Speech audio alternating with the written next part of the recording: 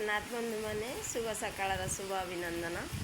मु आज आपण मानू कहबी जे प्रथमे तो देखु श्रावण मास चली किंतु प्रथमे आमर पुराण रे किए प्रथम काउड़िया थिले, किए प्रथमे शिव को जल अभिषेक करथिले।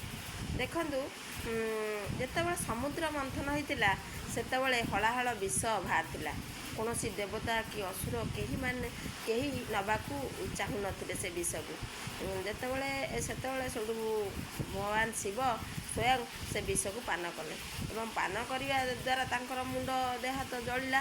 तेणु सबू देवता माने जल गंगा जल ढालिले तापर से शांत हेले। तापर यही सबू कथा देखी पुराणरू रावण यही सब कथा पढ़िले एवं से शिवंकर महाभक्त थिले एवं से कौन भाविले कमती आणिकी गंगा जल शिव को अभिषेक करेंगे श्रावण मसरे।